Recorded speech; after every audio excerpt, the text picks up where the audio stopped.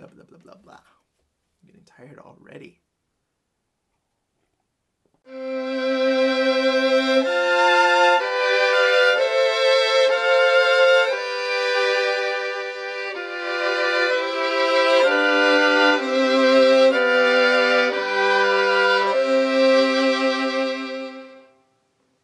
Hi, my name is Philip Marten. I'm a violinist and composer, and today I want to talk a little bit about Bach's C major fugue for solo violin. This video is going to be a really hefty, in-depth analysis of this piece. But the difference between this video and maybe some other music theory videos out there is that this is going to be a little bit more from the perspective of a violinist. I am not a music theorist. That is not my vocation. I dabble in some light analysis, but ultimately I'm a violinist who composes a little bit on the side. So this entire analysis is going to come from that perspective. Hopefully that means it doesn't get too heavy. We're not going to go too in-depth on harmonic analysis.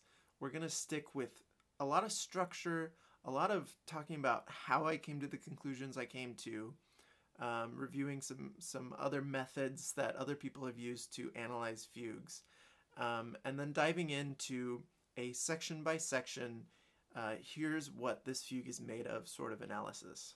Ultimately, I hope that this helps you understand the fugue a little bit better, maybe as a performer, maybe as a theorist, and maybe just as someone who's interested in this music. I also think it's worth noting that usually when you see a lot of fugal analysis videos on YouTube or other places on the internet, we're usually talking about either the fugues from the Well-Tempered Clavier or some of his organ fugues, Bach organ fugues.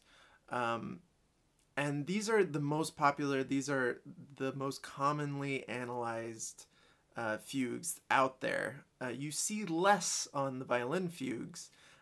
My theory is because they're a little less thick harmonically, and so it's a little bit trickier to wrap around what's happening with the harmonies and with that aspect of the structure. Also, it's a little bit easier just in general to approach a keyboard fugue because you can see the moving parts a little bit more easily. One of the things that I did to try to help with this issue is I split up this fugue into 4 voices, and we're going to be working off of that score that I created. And it's got a soprano, alto, tenor, bass, 4-voice fugue written out so that each voice shows where it's going, where it's coming from, when it's resting. And I'm hoping that that provides a little bit more easy approach to this fugue as we go through it.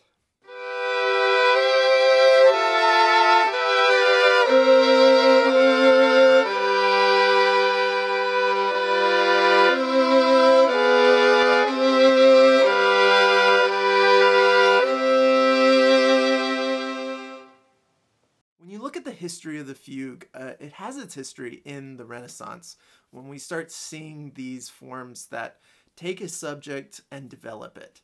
And so ultimately what evolved is what we call a fugue, and you know, Bach probably made that the most famous, but every Baroque composer, classical composer, romantic composer, and even 20th century, 21st century composer, all of them have used fugues. They are everywhere. So I think it's important to look at the fact that the fugue is not really a form. This is a common point of confusion or misunderstanding. Fugue is not a form. The fugue is a process. And this is something that a lot of scholars and theorists have discussed, is that it really is a process of composing. You take a single idea and then you go through the fugal process to result in a piece. For example, Joel Lester has a quote saying, "One lesson learned from studying the Well-Tempered Clavier is that there is no such thing as a single model for Bach's fugal construction." Harrison has another perspective on this. He says, "The fugal composition, although guided like the oration by a generally useful order of parts, should ultimately be structured by the requirements and peculiarities of its subject, not by a standardized procedure." So it's not like sonata form where you start in 1 and you go to 5, and there's a development, and then you go from 1 and you stay in 1. It's not this kind of laid out for you structure. You have counterpoints and episodes, and you have lots of different tools. You can reverse things, you can flip them upside down, you can invert them, you can expand them, you can contract them. We have all this huge tool set. Composers have this huge tool set for fugues that they can use, but it's almost more difficult to compose a fugue because there are so many options. And so it's more difficult to choose the right ones to make a successful fugue. And this is where Bach is such a master at this. So let's just really quick cover what we can define within every fugue. So every fugue has a subject. For example, in the C major fugue, here is the subject. And we're going to use an organ sound today because Bach was an organist. People like to talk about the fact that he probably composed on the organ, even though he played the violin. So we're going to use an organ sound on my keyboard. It's a little bit synthesized. I hope you don't mind.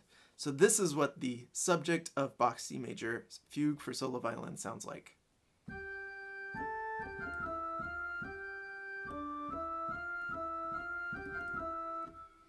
That's it. And Bach takes those 4 bars and creates like a 10-minute piece around it. That's crazy. That's crazy.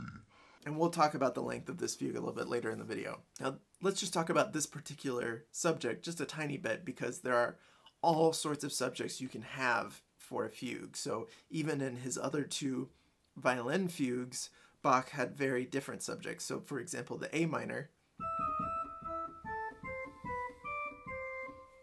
is much shorter than the C major fugue subject.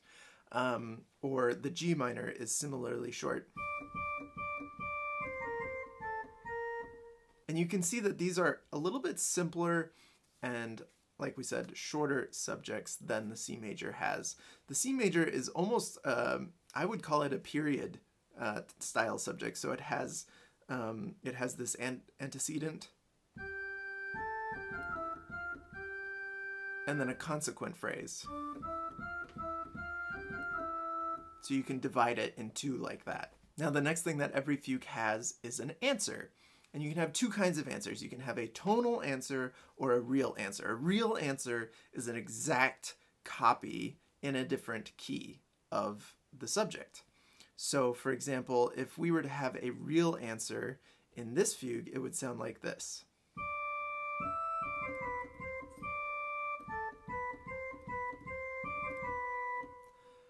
But Bach uses a tonal answer, which means he can kind of tweak a note here or there throughout the fugue in order to create more harmonic variety. So what he does instead as his answer is this.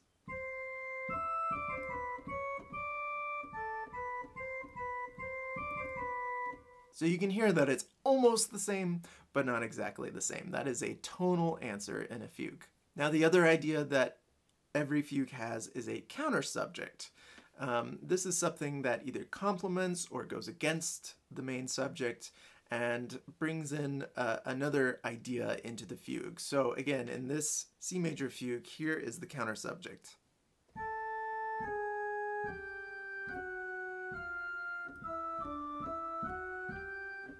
So it's a chromatic falling motion ending with a rise back up. Now there's a lot of other terminology that we can apply to fugues in general. So for example, a lot of people talk about the exposition of a fugue, where you hear the subject, the answer, and the counter subject, and it kind of creates the environment that the rest of the fugue is going to live in. You also have terms like counterpoints and episodes. So a counterpoint is when you hear lots of different voices interacting with each other, and you hear these different harmonies bouncing around, and lots of interesting voice leading and things like that. Whereas an episode is usually something that strays. You don't hear full statements of the subjects or the counter subjects. It's a little bit less stable harmonically usually, or it travels to a different key, or anything you can do with an episode. It's kind of your improvisatory passage work in the Baroque period especially. And in this particular fugue, there is actually a da capo section. This is something that was considered fairly common in the Baroque period, and it basically is almost an exact repeat of the first 66 bars to end the piece.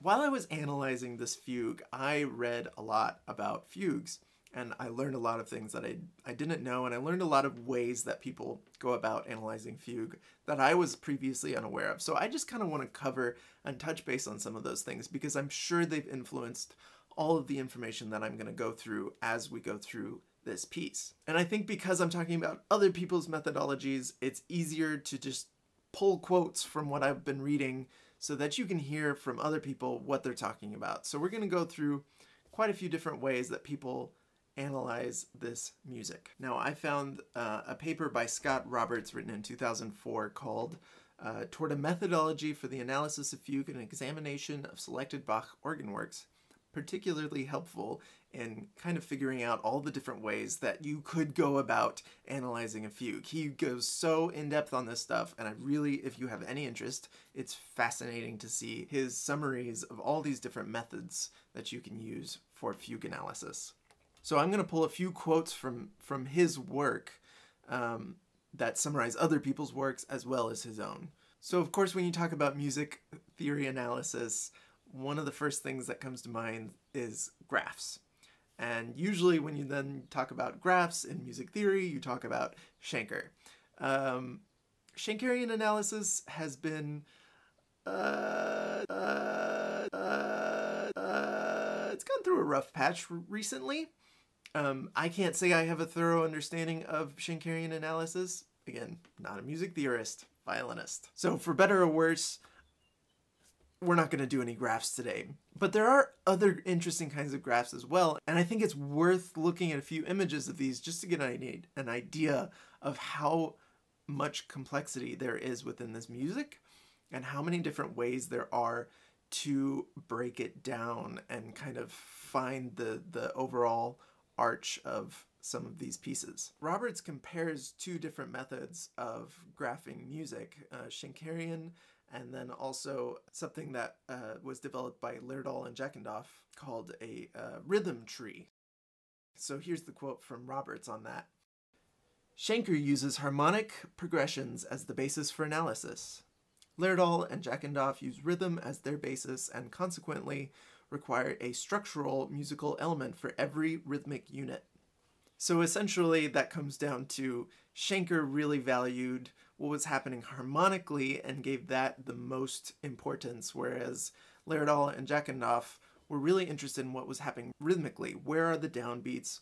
Where is the phrase landing? Where are the cadences? Where are those moments of rhythmic groundedness? Joel Lester has written extensively about especially the Bach solo violin music, and he's done some really interesting analyses, and he wrote a great book about that really goes into depth on the G minor sonata for solo violin. Highly recommend it. Really interesting reading, and he's done a lot of research on analyzing Bach in general, and he uses this term called parallel structures a lot. So Roberts summarizes that here. Lester presents three principles that he considers to be applicable to all of Bach's works.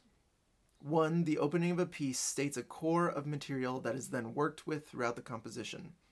2. Recurrences of material almost invariably exhibit a heightening level of activity in some or all musical elements. And 3. Bach quite frequently organizes his movements into roughly parallel sections within which these heightened recurrences appear. So essentially what he's saying is, what we were talking about earlier, Bach presents a subject, answer, and counter subject.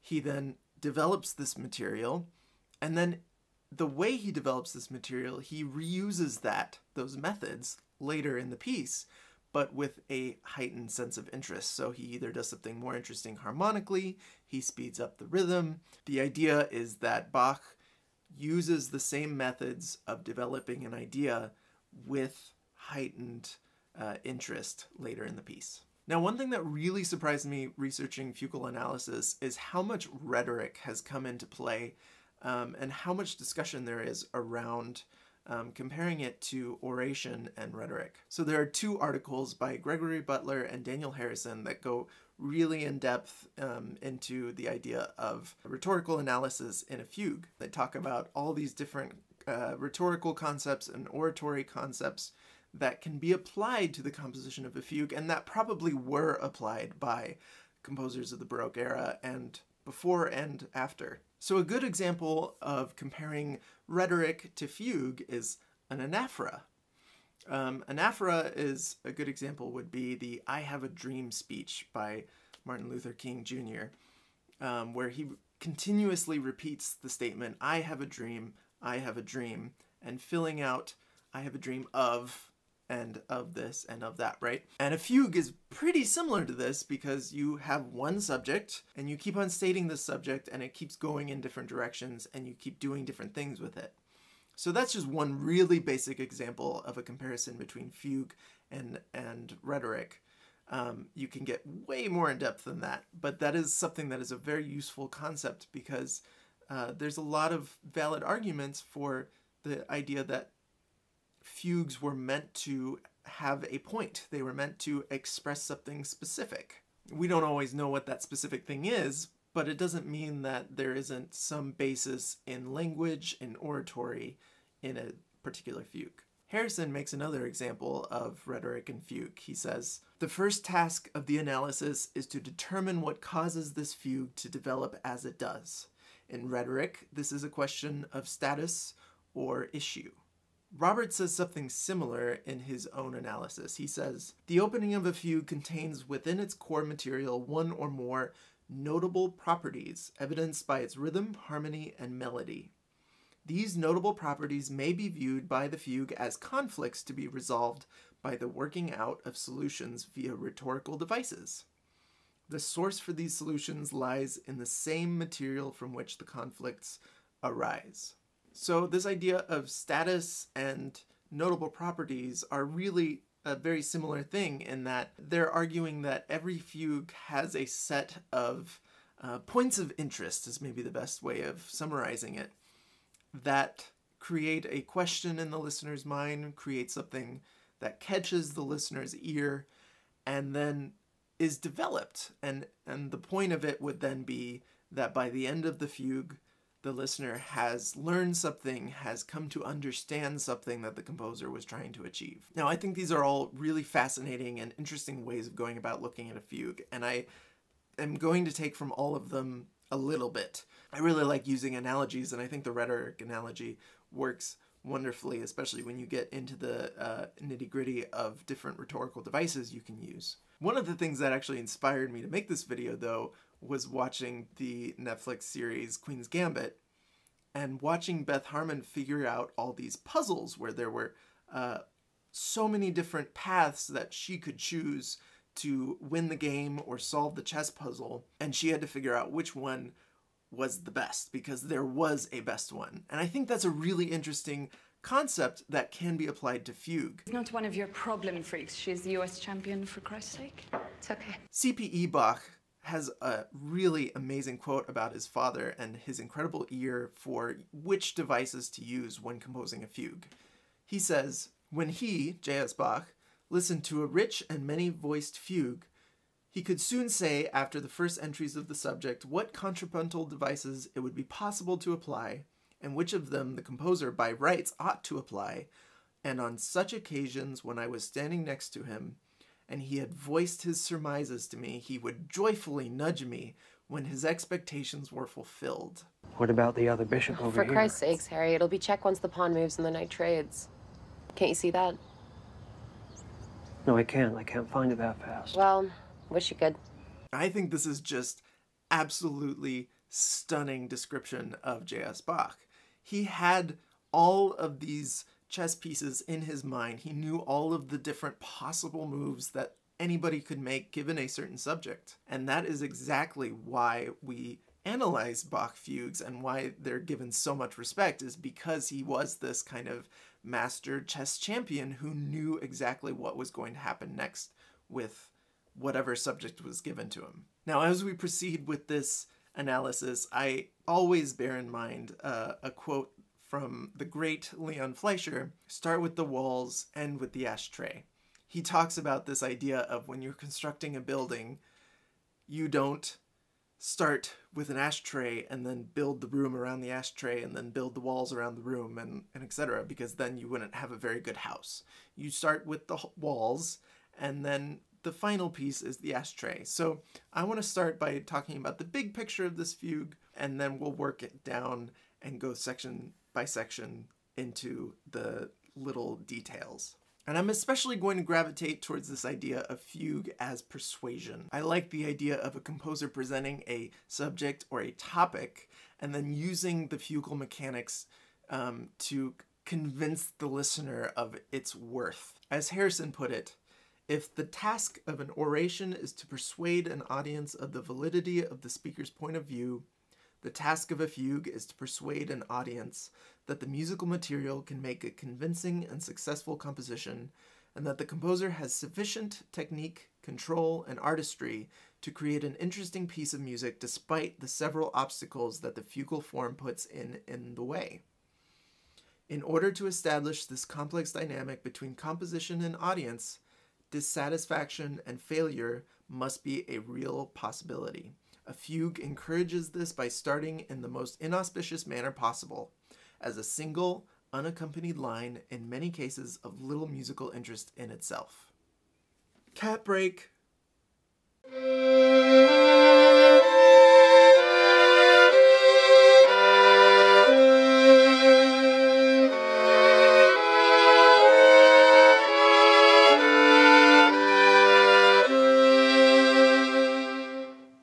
This is a huge part of fugal analysis, but it's already something that we've sort of covered in this video. We have our subject,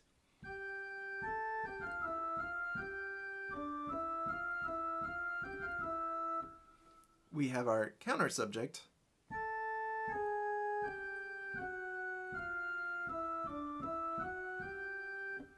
and then there's two other ideas that we haven't really covered in this video so far. The first of which is this, what I'm going to call a cadential motive that comes back over and over and over throughout this entire fugue.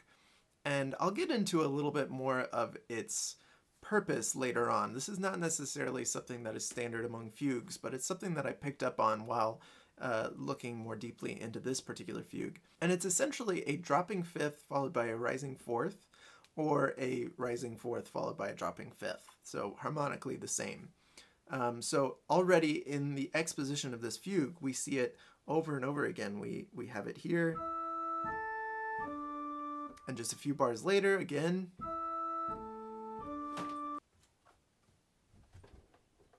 And again, a few bars later. And then it comes back even in the soprano,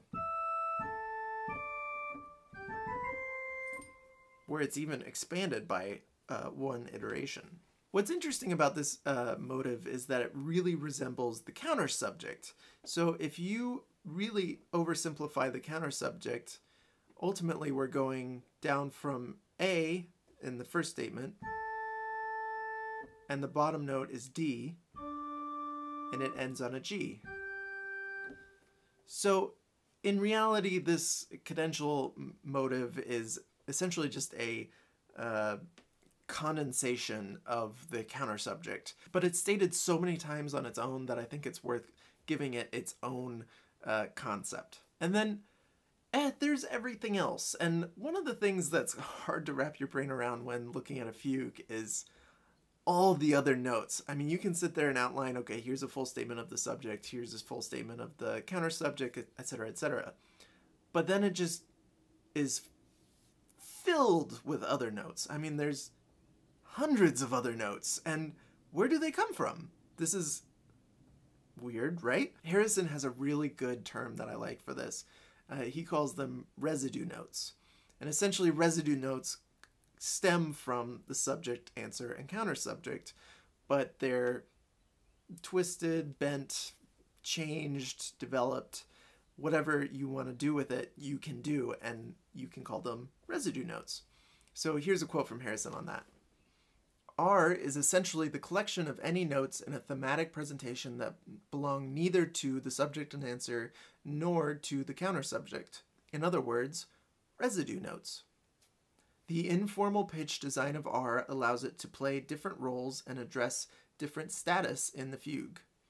R completes the harmony of the passage and counterpoises S, the subject, with notes that are, after a fashion, the complement of S. So essentially what he's saying is residue notes are the subject but aren't the subject. Makes sense, right? But we get them right away in every fugue. So if we already look in bar 14 of the C major fugue, we're coming out of a statement of the subject, and we have this idea in the upper voice.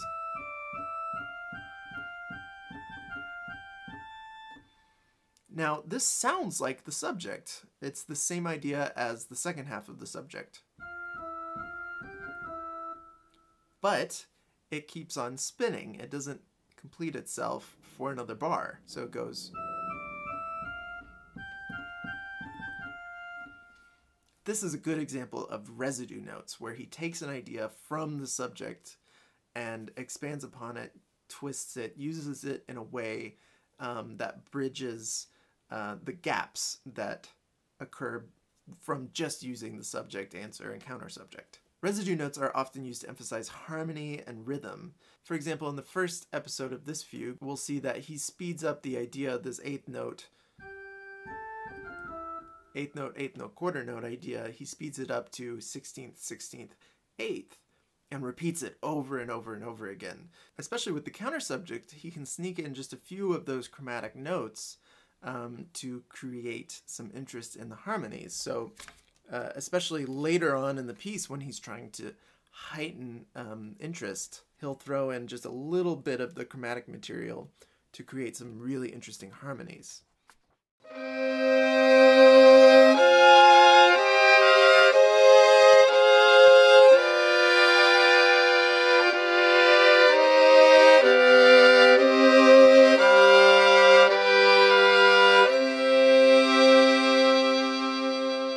The first thing we need to address about this fugue is its sheer size, both in terms of actual minutes long, and also in terms of measures and, more importantly, beats.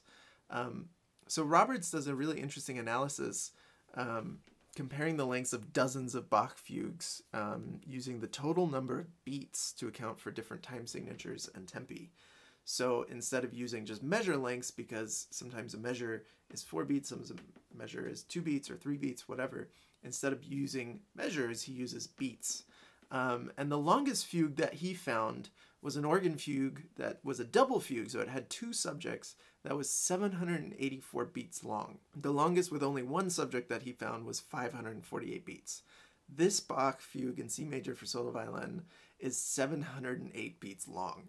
So it's almost as long as the longest fugue that is a double fugue, and it's longer than the longest organ fugue for 1 subject. And even when you compare this to the G minor and A minor fugues for solo violin, it's enormous. I mean, the G minor fugue is 188 beats, and the A minor fugue is already huge. It's 578 beats long. But this one is 708 beats. It's that much longer. In performance, that translates to about 11 or 12 minutes of time playing. The A minor fugue is about 8 minutes, and the G minor fugue is about 5 or 6 minutes. Now you could really break this down and say this 4 bars is a counterpoint, and this 2 bars is an episode, and this 8 bars is a counterpoint, and these 2 bars are an episode. But the way this thing is structured is that there are these really big chunks of music where there is a counterpoint going on, and then it breaks off into a single voice. And that's how we're gonna kind of approach this piece. So there are 4 big counterpoints, and there are 3 big episodes throughout this fugue. There are parallels that you can draw between counterpoints 1 and 4. That's the exposition and the da capo. They are nearly identical. And also parallels between episodes 2 and 3, where the first half of these episodes are flipped, so they're very similar, but they're kind of flipped upside down. And then the second half of these episodes include full statements of the subject. And again, we see this idea that Joel Lester presents us of increasingly intense parallel sections, where the second half of episode 3 is very similar to the second half of episode 2, but there's more going on harmonically. It gets just a little bit more intense during that period. Now, one of the really fascinating things about this fugue is that the large structure in multiple ways outlines the C major triad, C, E, and G. So for example, there are 6 big cadence points in this fugue. The first one is C major. The second one is E minor. That's the third of C major. The third one is G major. And then we have C major and G major and C major. So the root of each chord would be C, E, G, C, G, C. 1, 2, 3, 4, 5, 6. Those are the 6 cadence points outlining C major. Brilliant, small thing. You don't really pick up on it over the course of 12 minutes of music, but I love that it's there. Now, the other way that he kind of outlines the C major triad is really fascinating to me, which is in the range of the music in each major section. So we said we have these 7 big sections, right? We've got 4 counterpoints and 3 episodes.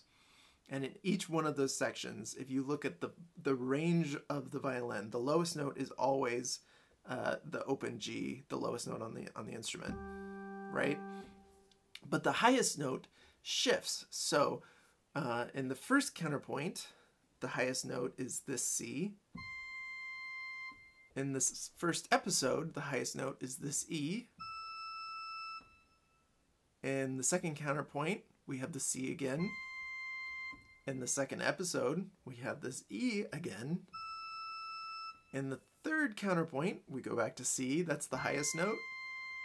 And then finally, when we achieve this third episode, which again, we talked about, he's heightening activity in the third episode, we get the high G, 3 octaves up from the lowest note on the violin. And then finally, the very final section, the very final counterpoint, because it's a da capo, we go back to the highest note being that C. So again, even in the highest, even in this way, he's outlining the C major triad. He's showing us in the highest register, C, E, C, E, G, C. And in this way, the episodes actually almost have this reaching feeling. One might, as a listener, you might experience this idea of the counterpoints being a little more grounded because of that high note being the tonic, that C, and the episodes being the third might feel like they want to reach a little bit more, if for lack of a better metaphor, that reaching upwards towards the top of the triad. And then we finally, in the third episode, get to that high G and get that full 3-octave range on the instrument. Now we're however many minutes into this video, and I have yet to mention the fact that there is an entire section, the third counterpoint section of this piece, that is called the al reverso, which means that it is the subject but in reverse. And he also reverses the counter subject. So the subject in reverse sounds like this.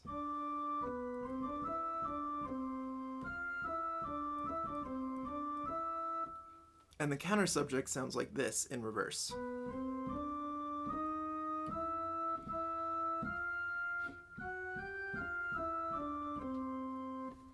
So the counter subject is actually changed a little bit more than just being reversed, but it still has this kind of, instead of a downward chromaticism, it has an upward chromaticism, and then instead of an upward resolution, it has a downward resolution. So it's the same idea, and it is flipped. Now, people love to talk about Bach and the golden ratio, and if you don't know what the golden ratio is, it's this idea that exactly a certain percentage way through a piece of music, or a certain percentage through a novel or whatever, the most important thing happens.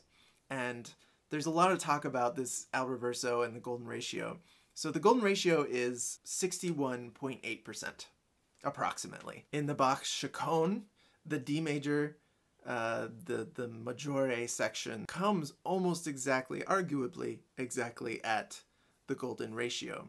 And people similarly like to talk about this al reverso and the golden ratio because it's so close to that number. So I did the math because I'm that nerd. The beginning of the al reverso section occurs 56.8% of the way through the C major fugue and ends 69.2% through the fugue. So neither of those line up exactly with the 61.8% of the golden ratio. But But if we want to get super nerdy, and we do, we can add 0.568 plus 0.692 and divide the result by 2, and we find that the exact middle of the al reverso part of Bach's C major fugue is exactly 63% through the fugue. So not exactly 61.8%, but still pretty close. Gotta love it. Gotta appreciate that. Also, Bach, do better next time.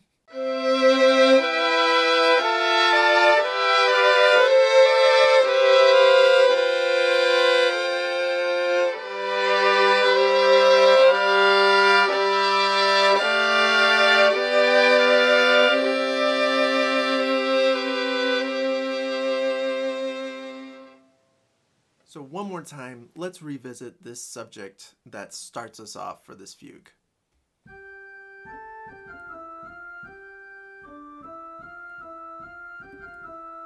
Now there's two things that are really important that are going to come back over and over and over again that are so important about this subject. One is this parallelism between the first and second half of the subject. So what we have is a falling fourth, that falling from A to E, followed by a rising third, and then we have a rising fourth followed by a falling third. So the rising fourth goes from D to G, and then we have this falling third to end. So the kind of structure of this subject comes from falling fourth, and in the middle we actually have another falling fourth. So falling fourth, rising third, falling fourth, rising fourth, falling third. And what we're going to see over and over and over again throughout this fugue is this third and this fourth, rising and descending both, coming back again and again.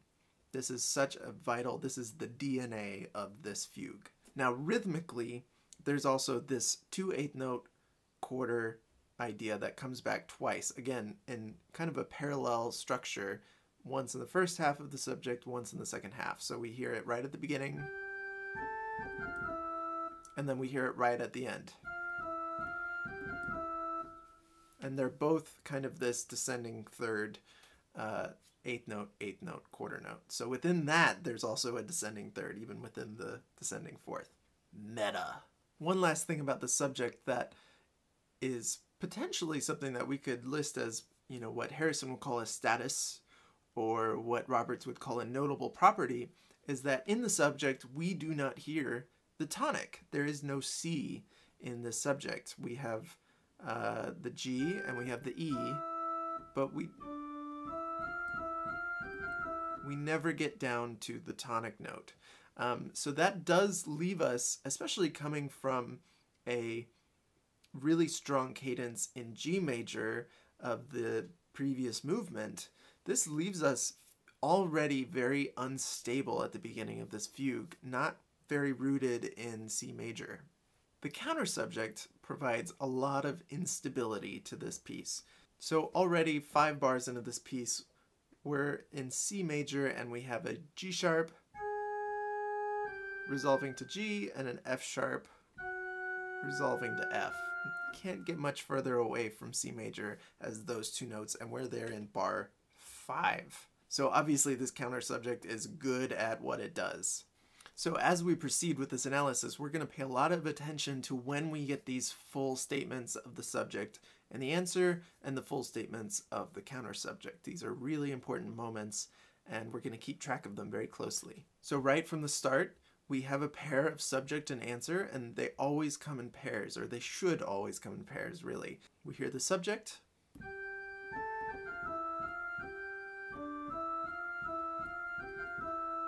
and then we hear the counter subject and the answer come in tandem.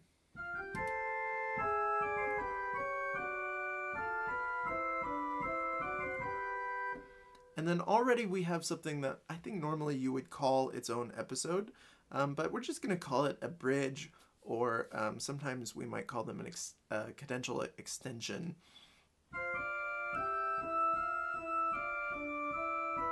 Because the counterpoint doesn't go away, and we're thrown directly into the second statement of the subject. Now, with this second statement of the subject, this is the first time that we hear this cadential motive that we talked about earlier, this. And what that accomplishes right away in the second statement is it almost feels like there is a big cadence, but in the middle of the subject.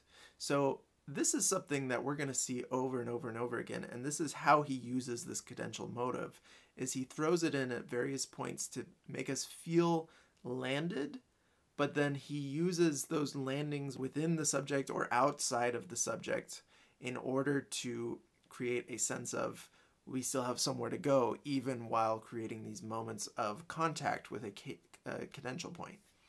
So for example, this is what that cadential point sounds like. We hear the subject in the top voice. We hear a cadence with that.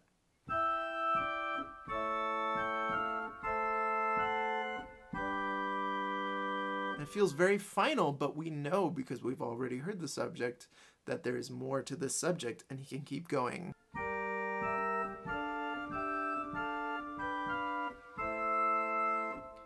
And now we have a cadence that doesn't feel very final, but the subject is over. So we have to keep going. This is something that Bach kind of creates over and over again. He creates this sense of cadence, but with the need to complete something, and then he finishes something with the need to continue because there is no cadence. So in this example, we have, again, something that might normally be called an episode of its own, because it doesn't contain a full statement of the subject or the counter subject. But for the purposes of this, it's really just a cadential extension. It's something that's getting us from one place to the other, in this case, the end of the subject, the second statement of the subject, to the beginning of the second statement of the answer. Now, here again, we have this cadential motive at the end of the answer. So why then does it not feel completed? Well, we see the counter subject coming from the answer.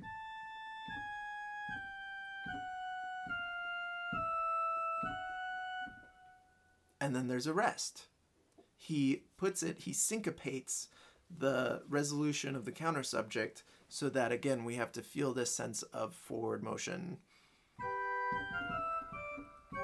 And then he continues it on. Again, a little kind of miniature episode here, a little bridge.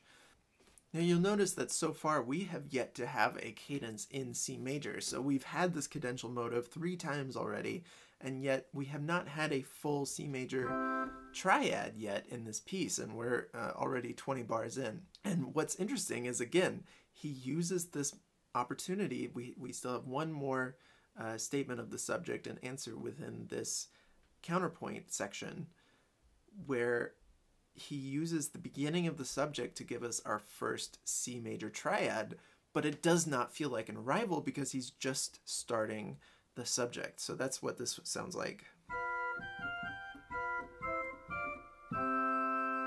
There's our C major chord, but it sounds like we need to go somewhere, right? And to emphasize this, he throws in the cadential motive in the top voice.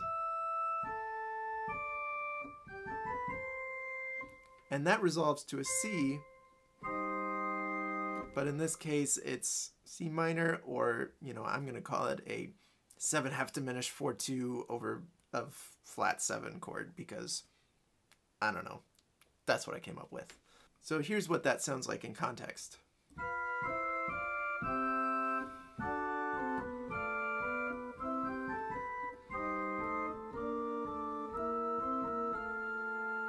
So we're done with that third statement of the subject, so then we still have the answer, this third answer, to help us out. So let's give that a shot.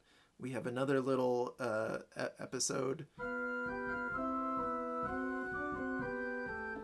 And then the beginning of the answer.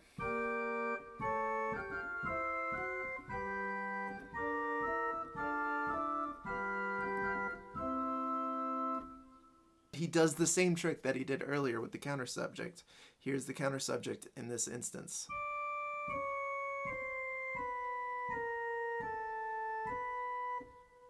Rest. He syncopates it. So again, we're doing the same parallel to the section earlier, but I would argue that Joel Lester is right. This is heightened because it's a parallel, but this time it feels like we should be going to C major, but it creates this interest because we don't actually arrive on a full triad. It feels like C major, it feels like we're in the key, but we're not, we're without that fifth, so it's not complete. And already in the next bar, he counters what he just accomplished with an F sharp. And already we're off into a totally different harmonic region. So this cadential theme, this cadential motive, is used over and over and over again, and we'll see it throughout the rest of the sections. It's used either to emphasize parts of a phrase that really aren't a cadence, or sometimes it's used to solidify a harmonic moment. So for example, right here at the end of that section, it really feels like we want to go to C major because again, we have that cadential theme landing on C. So it feels like we're going someplace strong, and then he kind of takes the rug out from under us at the last minute. Now the following section doesn't have any full statements of the subject answer or counter subject, but I still include it as part of counterpoint 1 because it's not quite gone to a single voice. There's still a lot of interesting harmonic actions happening, and he builds these into kind of sequences and other kinds of harmonic motions. So I like to call this improvisatory development. He's taking the idea and he's using these residue notes, kind of like we talked about earlier, to develop the idea. I think this might be considered the end of the exposition, but I think it's still part of counterpoint 1, what I'm calling counterpoint 1. Now, throughout this improvisatory development, we actually have 2 C major cadences, so we're not going too far away harmonically yet. We have one in bar 52. Again, it's not a full C major triad, but it lands in C major. And then we have one that is kind of our first big cadence moment in measure 66.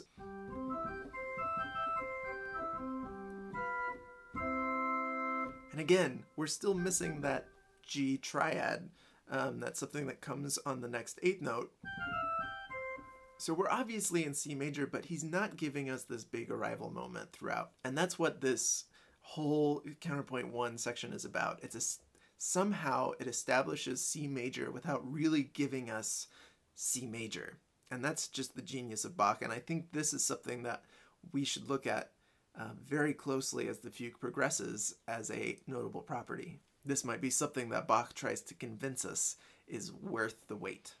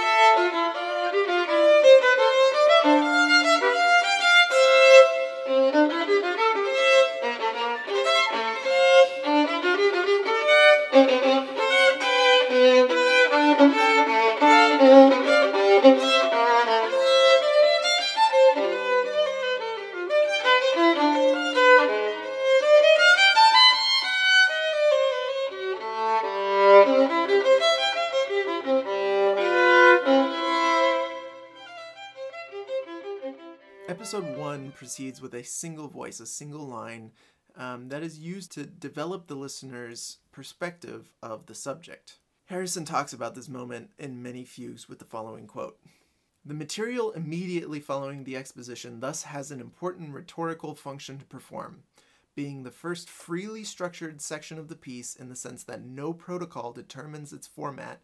It can begin the process of overcoming the status presented in the exposition and can set the direction for what is to follow."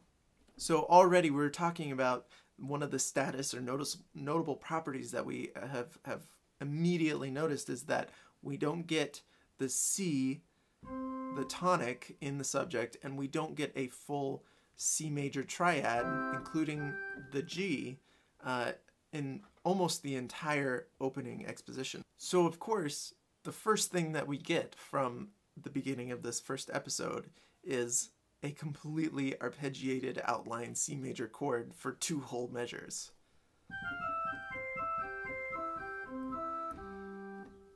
Now, one of the interesting things that Bach does here is, because now there's suddenly less voices, he needs to create interest in this section somehow. He needs to expand our interest in this moment, because immediately there's less material to pay attention to. So what he does is he speeds up the rhythm. And this is something we talked about a little bit earlier, where he takes this idea of 8th, 8th quarter, and he speeds it up. It goes 16th, 16th, 8th now. And we get this over and over and over and over again. And here again, and he flips it, and again, and again. And what we notice is that it's always a rising or falling third, just like the very end of the opening subject. And we just get this over and over and over again. So he's really developing that specific idea. He's honing in on this concept and going with it. The other way that he draws our attention to the rhythm is by slowing down the harmonic rhythm. So we don't have nearly as dense a harmony as we had during the opening counterpoint. At first we're averaging basically one chord per 2 bars, and then he speeds it up a little bit once we kind of get used to this idea. But he's really wanting us to hone in onto the rhythm of this idea. Now, towards the end of this episode, he modulates to A minor and ends in a half cadence as an E major chord. This sets up the second counterpoint section.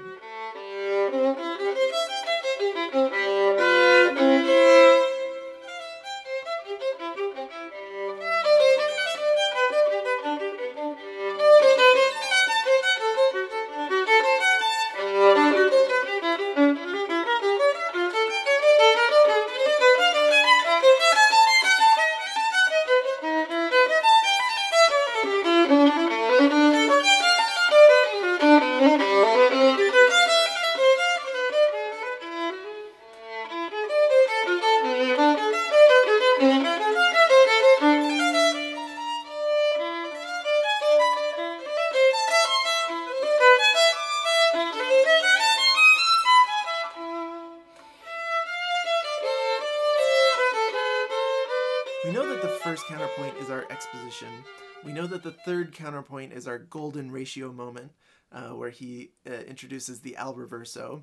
And we know that the fourth counterpoint is our da capo. So what is the second counterpoint? Well, honestly, this is just Bach having fun. But one of the most interesting things he does to create a growing intensity in this moment is introducing stretto. So rather having a full statement of the subject and then a full statement of the answer paired with the counter subject, he puts the subject and answer together. And that sounds like this.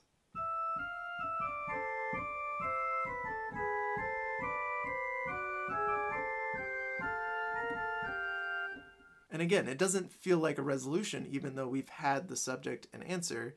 He needs a little bridge to get us to the next subject and answer.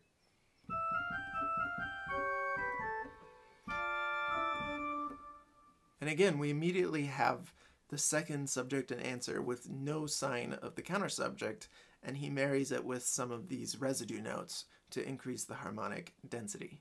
We can also take note that we're not very grounded in any key, so the first subject and answer stayed within A minor pretty easily, But within that kind of bar and a half bridge between first and second subjects, we already are modulating again into D minor. So we keep on kind of shifting around a little bit, and we start and end the second subject with a D minor chord.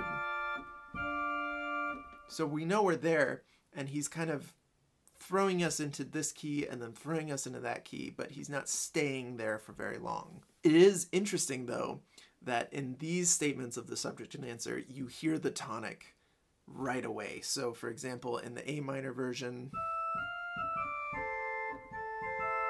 we hear that triad almost instantly. And again, in the D minor version, it starts with the D minor chord and ends with the D minor chord. It's very obvious that we're in those keys. We get the root, we get the full triad within those, something that we didn't get for the C major original key in the entire exposition. After the second subject answer pairing, we have another kind of extended bridge episode material that is exclusively residue notes that carries us all over the place harmonically and really brings us quite a bit closer to C major. I say that we modulate back to C major somewhere in the middle of 105, measure 105, and we're definitely back there by 109. By the beginning of the next statement, we have a cadence that feels like we're back in C major, and immediately he takes it away from us, even though we stay there, by giving us an A minor chord where we started this counterpoint section. He also takes away the stretto and brings back the counter subject for this third statement of the subject. And this is another point of heightening intensity, because this time he doesn't just include the counter subject with the answer, he includes it with the subject and the answer. And then by the time we finish this third answer, we feel like there's something missing, and that's because we have this moment where the counter subject doesn't resolve, it gets extended. So this is the version of the counter subject starting in measure 113.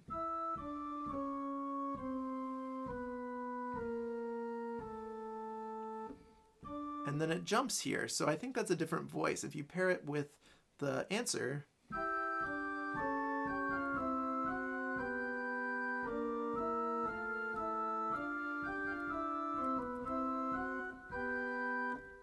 I'd say that B is actually still part of the counter subject.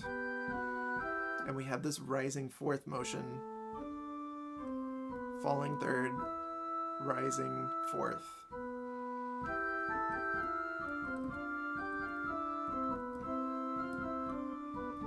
And we finally get this C natural, this tonic in C major that we've been wanting for so long, that we should have gotten to, but it's ruined because we have this kind of dissonance that leads us into a G major triad. And then we get a C major triad, but again, it's at the beginning of a subject. It's not at a cadential point at all. So it doesn't feel very solid, it doesn't feel very grounded in C major. As we continue through this counterpoint section, we see just Bach throwing an increase of intensity into this music. We see residue notes popping up all over the place. We see him pulling from all sorts of different concepts from the subject, answer, and counter subject, and the cadential theme and everything. We see it just really growing, and we see an increase in the number of voices. Between measures 121 and 131, we see no less than 5 individual thematic ideas that could be isolated along with one full statement of the subject and one of the counter subject. And we see him almost broadening what's happening. So we started with this really dense stretto, and he's expanding and throwing in all of this extra material throughout this counterpoint section. We get a fourth statement of the subject in bar 121, and we have to wait all the way until measure 135 to get the answer in the soprano voice. And this answer is very interesting because it starts with carrying all this baggage from all the residue notes and all the interesting thematic materials that he's been using. We start with this really big cadential moment in the answer.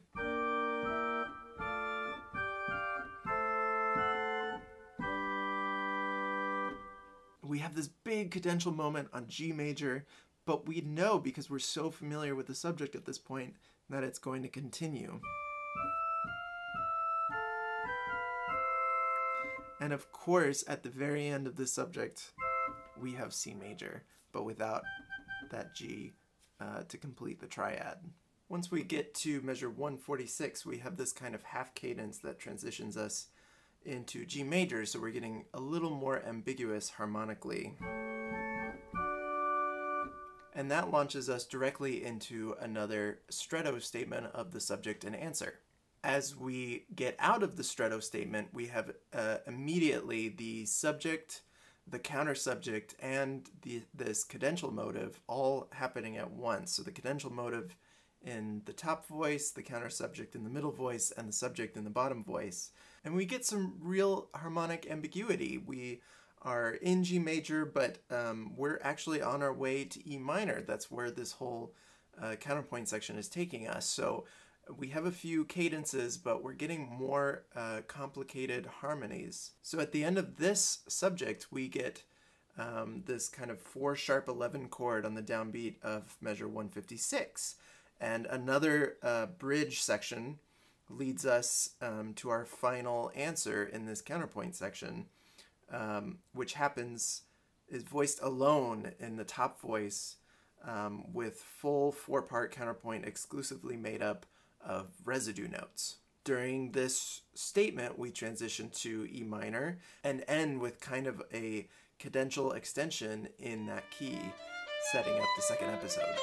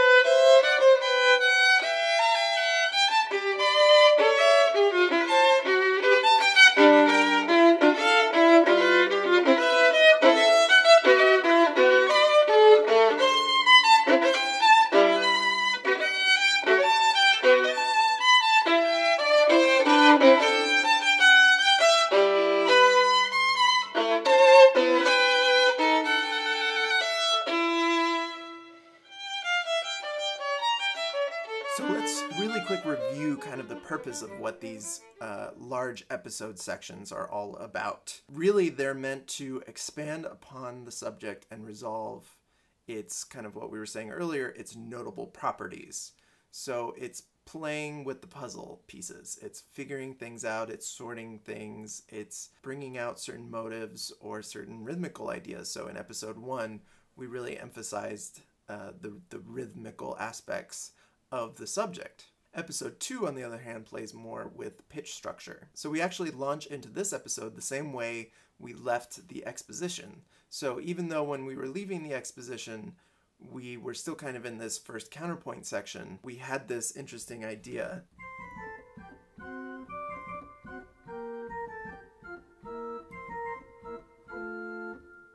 That was already playing with the subject, the ideas in the subject. Here we have the same idea, but with a single voice. We're going back to just one voice, and it's improvised upon. So really the core of this first few bars is this.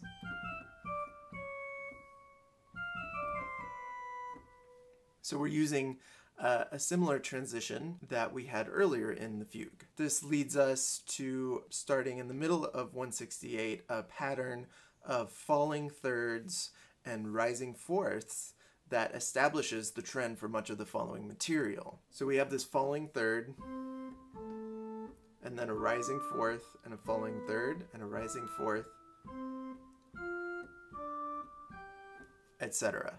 And we're going to see him use that idea over and over again in this episode and later in episode 3 as well. When we get to measure 172, he juxtaposes a falling fourth and rising third motive with a version of the counter subject in the lowest notes going back to a C in 175. But harmonically, we are virtually outside of any key, and we're just using sequences to jump from harmony to harmony. So we hear this falling fourth, rising third, and falling fourth, and rising third. Meanwhile, in the other notes, we hear a version of the counter subject outlined.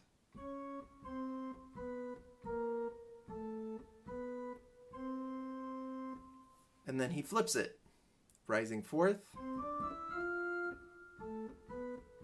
And there's that rising third, and then a rising fourth. And we have a rising third again. And a rising fourth. And a rising third. So then we get rising fourth and rising third. And then we kind of have these little parallel sections. So measures 180 to 182 are very similar to 172 to 174, including the snippet of the counter subject, and then measures 183 to 185 mirror 169 to 171 with the falling third and rising fourth idea. A final descending fourth in measure 186 launches us into this full statement of the subject. So we hear that one final falling fourth, and then suddenly we have this subject in the upper voice. The subject is then harmonized in parallel motion over a D drone note. Then we have a 3-bar bridge where the two upper voices trade off ascending thirds, leading us to the answer in the middle of 193. The answer also comes in tandem with a kind of condensed counter subject in the middle voice in 193 and 194. So we hear this in the middle voice. And that immediately launches us into a full statement of the counter subject. The only difference is this counter subject doesn't resolve on F like it should. So we should have this, but instead we get this, which is particularly jarring because harmonically we have made our way back to C major, and instead of an F natural resolution setting up kind of a 4-5-1 cadence, we get this C sharp, and this delays what will ultimately be kind of a half cadence setting up the al reverso third counterpoint section in measure 201. But that C sharp really sticks out because we have made our way back to C major after lots of harmonic ambiguity, and it really creates this tension that pulls us around into the half cadence. What we're seeing out of this episode is he's playing with these rising fourths, falling fourths, and rising thirds and falling thirds that we found in the subject. He's really messing with these pitch structures and improvising upon them and harmonizing them in interesting ways. And that's what this episode is all about. It's developing that material.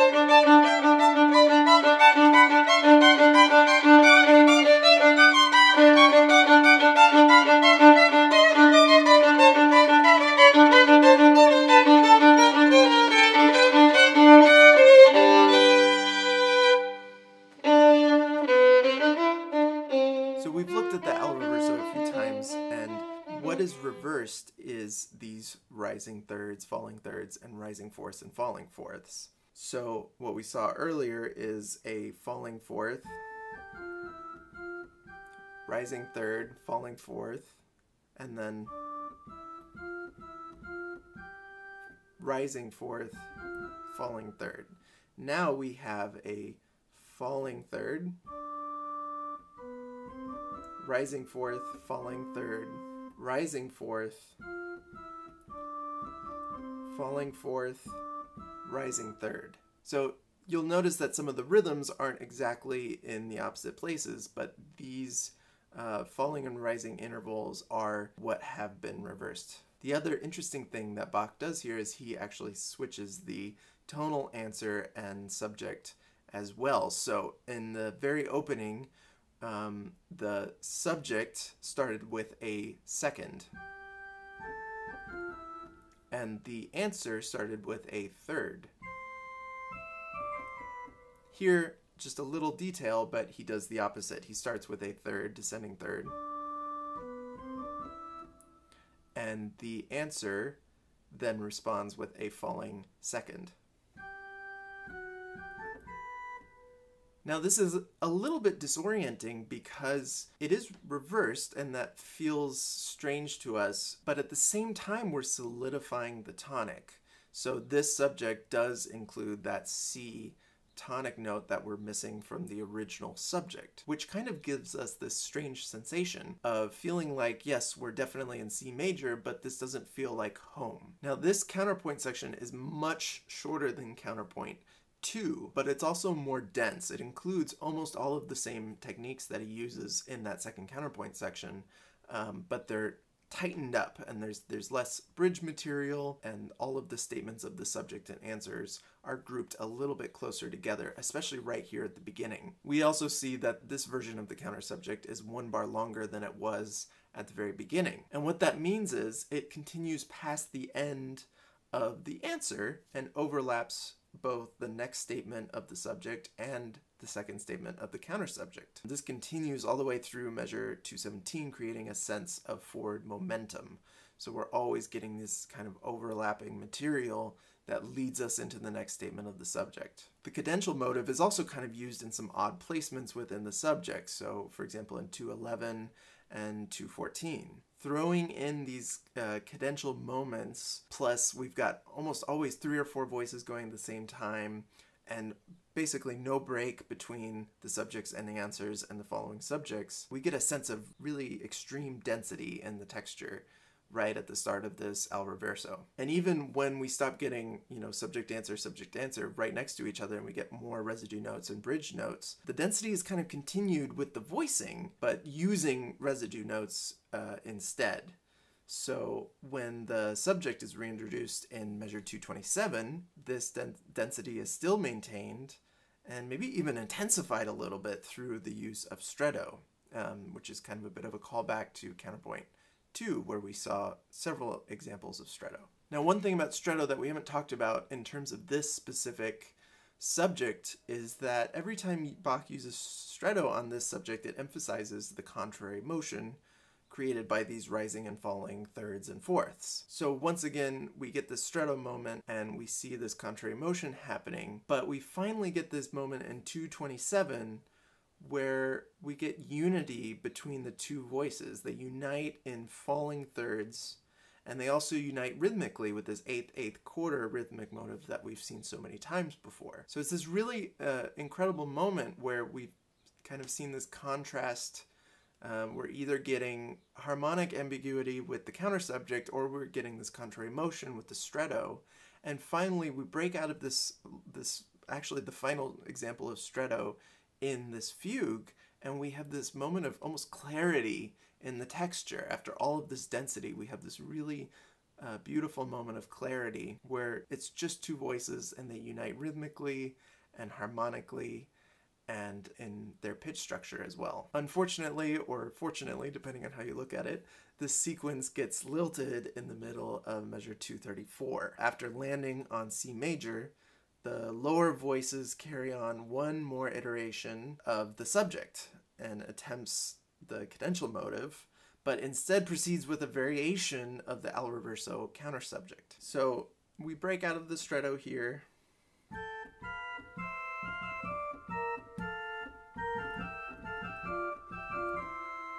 And we land on this nice kind of C and E, C major feeling that we've had multiple times.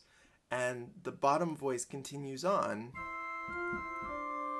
And the upper voice then tries to catch up, but the bottom voice waits for a moment. And we get this half cadence, and then that begins another statement of the subject, a seventh statement of the subject. And you can almost hear that this bottom voice wants to do the cadential motive, so we get... You almost want that feeling. But instead, we get...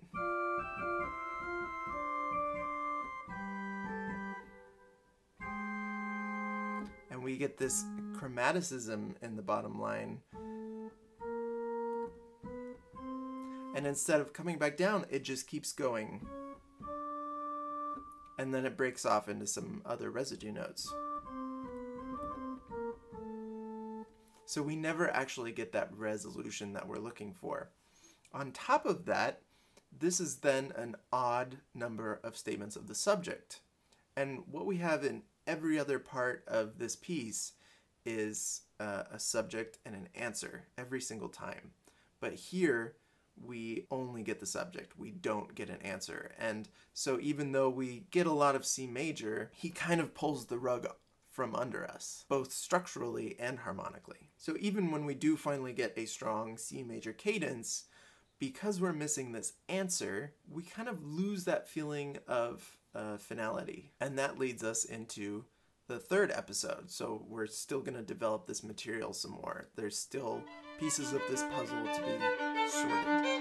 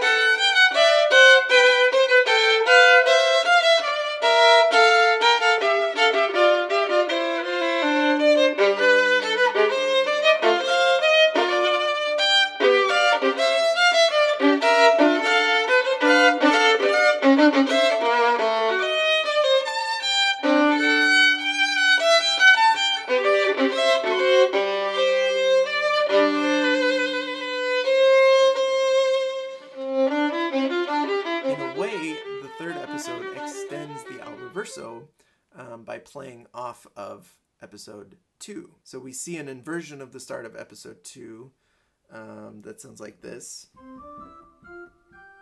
And then again. And it's actually extended a third time. And this is what we're going to continue to see throughout this episode, is he's taking a lot of the material from episode 2, he's reversing it, and then he's actually adding to it. So we're getting this parallel section from, idea from Joel Lester, and an increase in intensity. So we're reversing it, we're adding to it, we're improvising upon it. And we keep seeing this inversion. So we get the descending fourth and rising third. So descending fourth and rising third, descending fourth, rising third. And then we get the opposite. Then we get the rising fourth and a falling third. Rising fourth, falling third.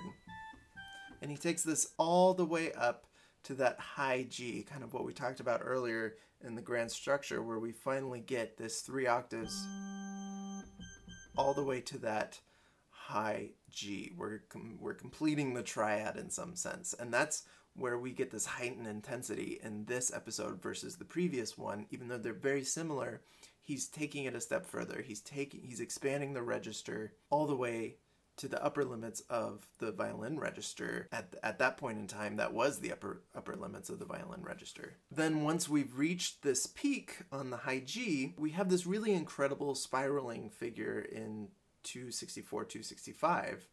And harmonically, we could read this a number of different ways, and none of them would be wrong. But ultimately, it can be reduced down to a series of descending thirds. So if I were to play this on a keyboard, I could just keep going all the way down from this high G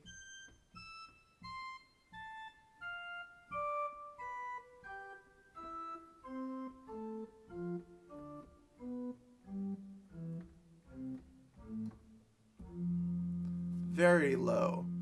But because the violin doesn't have that much register, he does a funny little trick where he replaces every fourth interval with a rising sixth, which is of course a falling third inverted.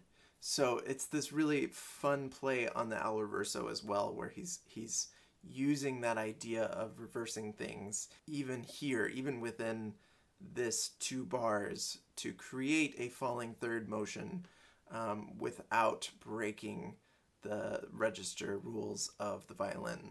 And this just perfectly floats us down into a more typical register for the instrument. And then finally, the al reverso kind of officially ends in the middle of 273 as we return to the original version of the subject. This time we're starting on C and clearly in the key of C major. And then from here we have nearly an exact copy of the second half of episode 2, except for the difference in key, and then some added chromaticism in that middle accompanying voice. He also kind of adds a little bit more to this big half cadence that we have, leading us back into the final counterpoint section of the da capo.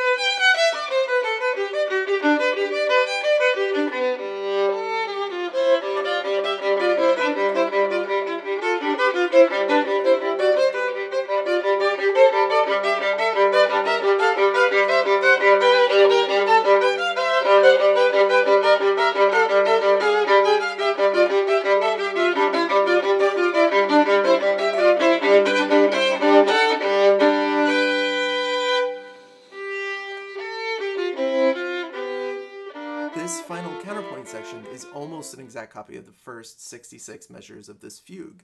But there are just a few differences, especially at the very beginning and the very end, that help us feel like this journey we've been on has come to an end, and that Bach has kind of made his point, so to speak. The first and most important difference is that we finally get to hear the tonic in tandem with the subject. And ironically, it comes from the thing that has been making so much harmonic instability for us all along, the counter subject. So although the subject here at the beginning of this section starts on its own like the very beginning does,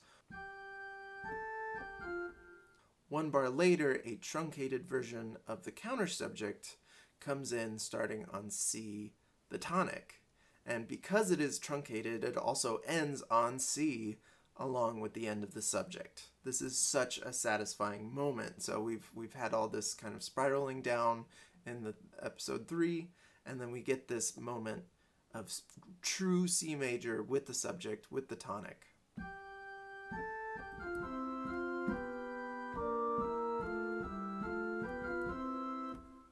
And for the next few bars, we see this extra voice continued, adding some more harmonic substance compared to the very opening of the piece. And then starting with that first bridge section in measure, this time in measure 296, Almost every other note in this counterpoint is exactly the same as the beginning. We kind of get carried through the same journey as the beginning, but because we finally got that tonic within the subject, we have a different perspective.